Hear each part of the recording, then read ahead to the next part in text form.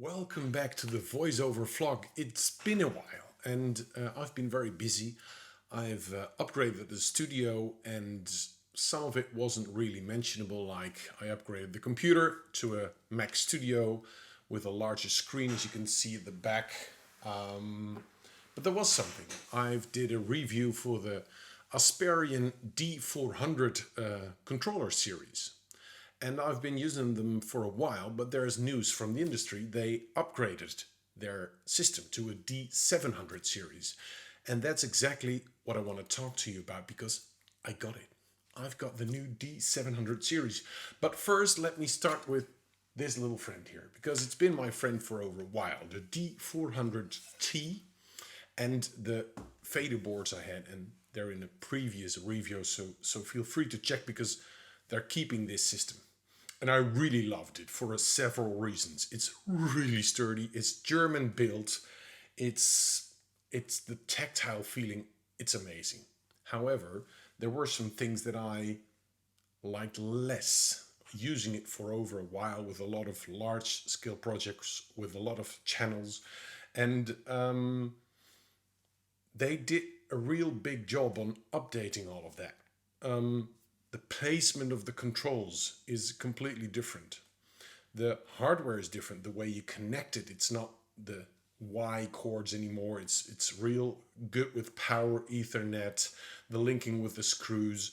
It's well better designed than ever. And you feel that in the use because, for example, I'll get one of the fader boards. This was the fader board for the D400, and you see the controls were below the faders, and that's okay with the select, but those buttons had multiple functions, and after a while that's not really working for me. And as you can see on the D700, it's all on top and everything has its own specialized button. One of the things you have with this controller as well, it does a lot of things, but it does a lot of things that I did not really use in Logic. And those buttons are not really placed in a way that I can blindly feel. But with the D700, if you have your three right fingers on the side of the panel, it's like blind following in order. So it's working a lot quicker, I discovered. And it's also a lot better with multi-channel projects. If you have a lot of bussing, a lot of stems, a lot of reverb stuff, then the effect sense and the bus sense really work quickly and it's very visible. Why? They have rotary encoders. So you have the screens with the text on it, the labels, but I actually like the coloring. So in my Logic project, I make those color sections and then skipping through the pages real fast. It's real easy to connect and see. And then I've got the panorama, so the placement of the stereo, but I also have the bus sends, and it's really easy to send them to stems. And ultimately, with a large project, you mix down with stems. Wat heb je een nieuw leven in deze wereld nog te geven? Hij wordt bij het idee alleen al huiverig en moe.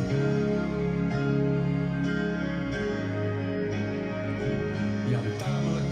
You don't mix with individual channels.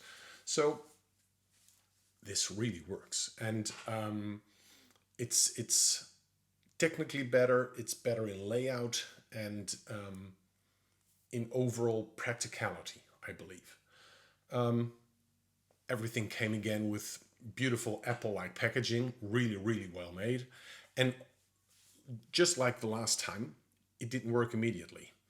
And that didn't have anything to do with the Asparion project. It has to do with Logic. Logic sucks with MIDI. So it was quite the task to get it working. And again, the support of Asparion with Patrick and David is amazing. They are patient, they're available in weekends. It was via WhatsApp and call and email, and they're really patient and know a lot. So they really helped me out rebooting everything that needs to be rebooted in a Mac to get this working. And as soon as it does, it's like real easy.